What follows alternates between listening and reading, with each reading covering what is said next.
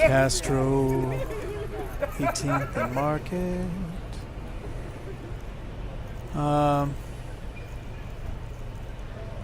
I had this nice memory of standing on that corner that you can see in the background. Not standing, there was a bunch of newspaper boxes there, like whatever there were, free newspapers and city newspapers, and I remember sitting on a bunch of the boxes writing in my journal, watching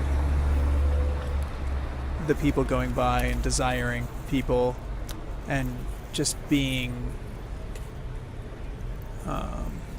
in touch with that feeling of desiring, and at the same time feeling out of place, like, what the hell am I doing on 18th and Market? I must have been in my mid-20s. But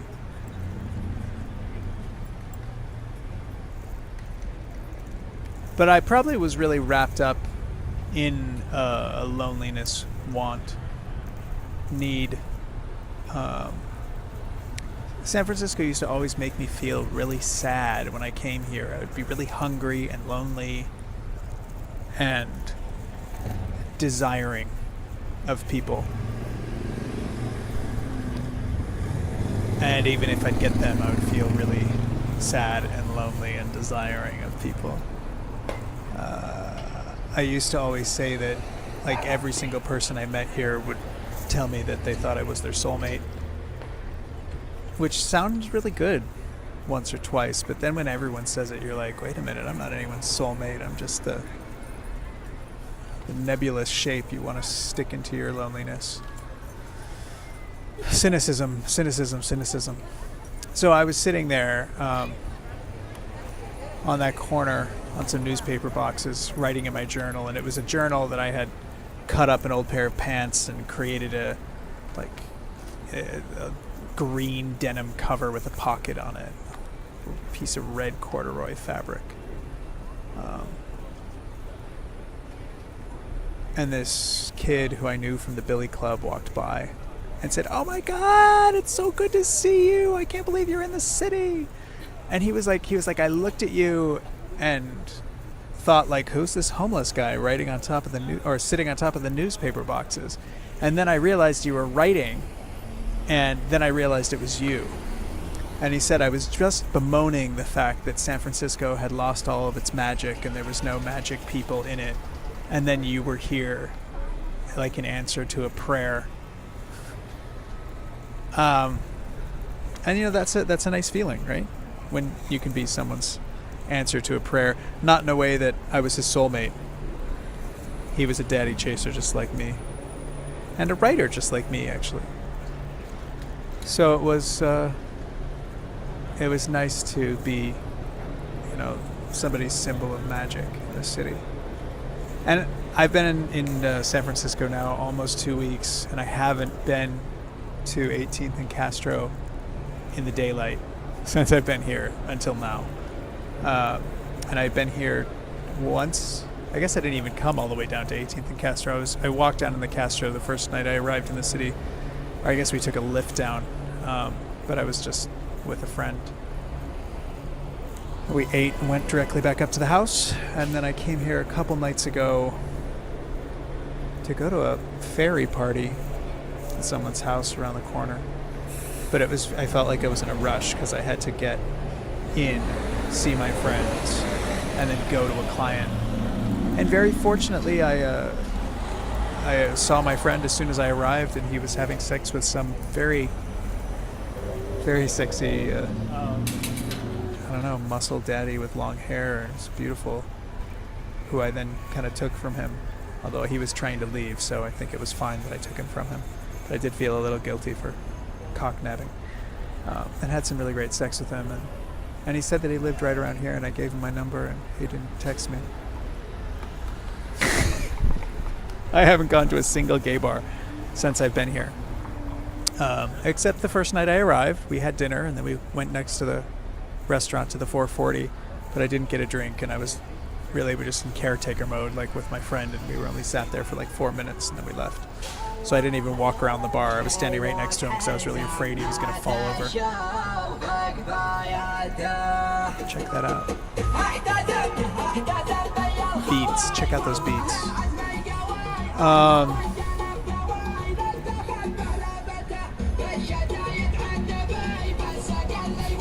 But I've been looking at Growler and Scruff, and they're like the digital bathhouse. They're like the digital gay bar that's in your pocket all the time. And it's very dangerous to open it and look at it and be like, I just want you. I just want you. What do you? I want you for what? What will that do if I got you? And I have a very complicated long profile. It's just my style. And in my complicated long profile, I say, I'm not interested in meeting up just for sex. So 90% of the people who send me a message are like, woof, hot, I want you to breathe my hole. Or I want you to suck my cock, or whatever. And I'm habituated to act like that, so I'll open it and I'll be like, oh, you're really hot. Woof, unlock picture. I don't say woof, actually, but I unlock pictures and I desire people. But I've been very clear that I don't make decisions based on that, and I don't make actions based on that. But it's weird to like open the app and click around and feel the desire, the ghost, the demon that motivates us to somehow not feel alone, to somehow not feel like in a perpetual state of wanting. And it's very distracting to want. It's very distracting to desire something that doesn't make any sense. I got to stay here with somebody who I loved cuddling with, but he's in a lot of pain, so it felt very much like a caretaker. Like a hop, skip, and a jump from the lover that I last lived with and loved here. Continuity of lover. Skipping over to someone else. Cuddling, caretaker. And then this other guy who was just super sexy bear. I mean, to me, taller than me and broad and furry, and I'd say a very good blend of chub and muscle, which I think is very important. You know, a nice thick legs and belly, but I would say it was pretty fit and strong. I thought he was very hot. But, he watched a lot of TV and ate at places I would never eat at. So there was never this illusion of, like, I could be with him. Because that's the illusion, right? Is the fantasy of, we could be together. There's a Suede song. Together. It goes on in some Britpop drama. And the other guy is the hop, skip, and a jump from my old relationship here, my lover Leo. I feel like, oh yeah, we can't really be together for any length of time because you'll just be dead soon. Well, you never know when somebody's going to die. But when they're in a lot of pain and they're acting like an old man, it feels like they're going to die. Who knows if they really will. The doctors told me he was going to die a few years ago and he didn't. He decided he wasn't going to die, so he took himself out of hospice and he's still alive. He's fine. The sheer stubbornness of, I'm not going to die right now. See, I'm inadvertently following some daddy bear across the street. It's just habit, just conditioning. Gay flags. Pride. What are you proud of? I'm proud of my compulsion to always want something I can never have.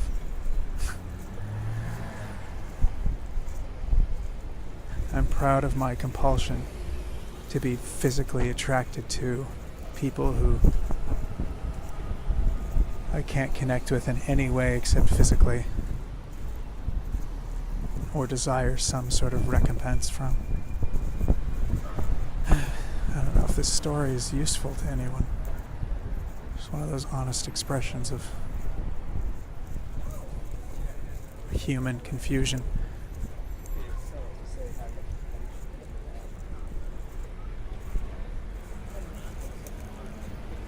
I just ate a burger, talking with some guy who We street cruised. It was very nice. This morning I street cruised or cruised somebody on the bus.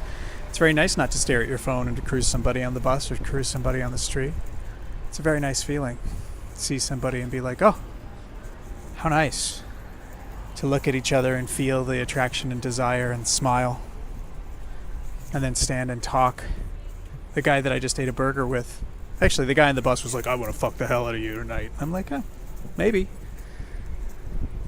The guy that I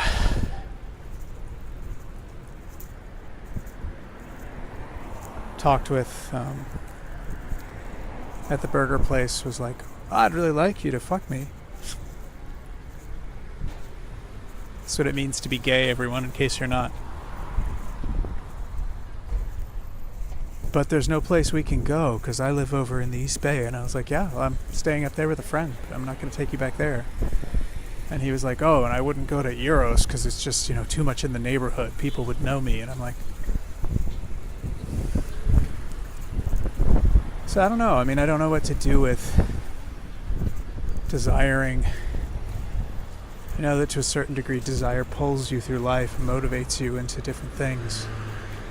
But when the desire just seems useless, I guess that's something I've always had, is this feeling that all the things I want won't actually be good for me. So there's very little purpose in pursuing them, because I won't get anything good out of them. But it does fill up the time to chase carrots, to chase tails, to run in circles, till you get tired enough to lay down or go eat.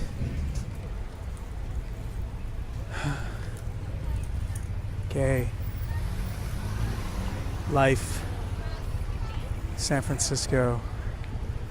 I've been entertaining the idea of living here. Just because I'm here, why not? Everywhere I go, I entertain the idea of living there. Everyone I have sex with, I entertain the idea of being partners with them.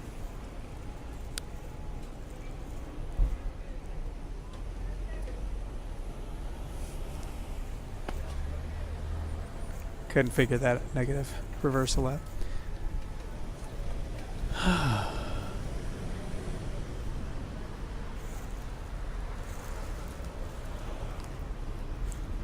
There's an infinite number of places to go. The question is where to stay. What would it be like to walk around this beautiful hilly city with the beautiful architecture? The strange, timid weather on the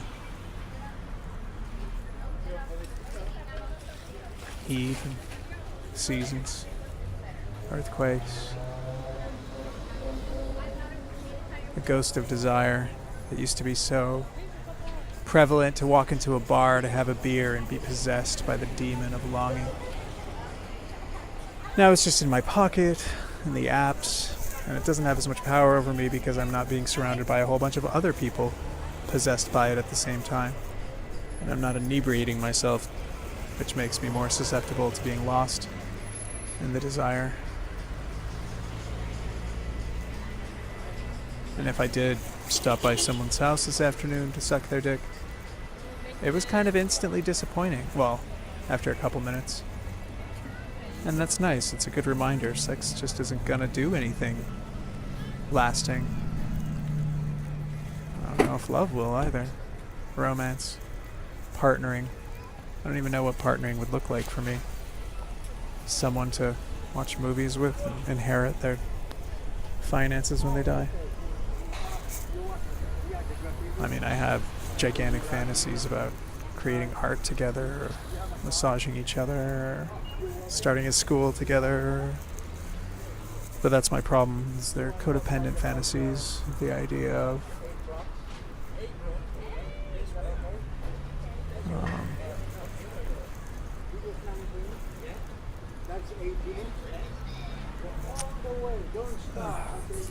satisfaction of life coming from doing something with someone. That's really what the idea of a partner is to me, not someone who's like awesome sex or is a sugar daddy or something like that, but a satisfaction of life together. We will do it together.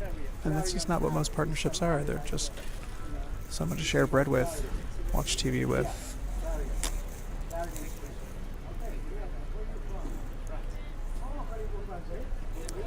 Dissatisfaction is known. The cause of dissatisfaction is known.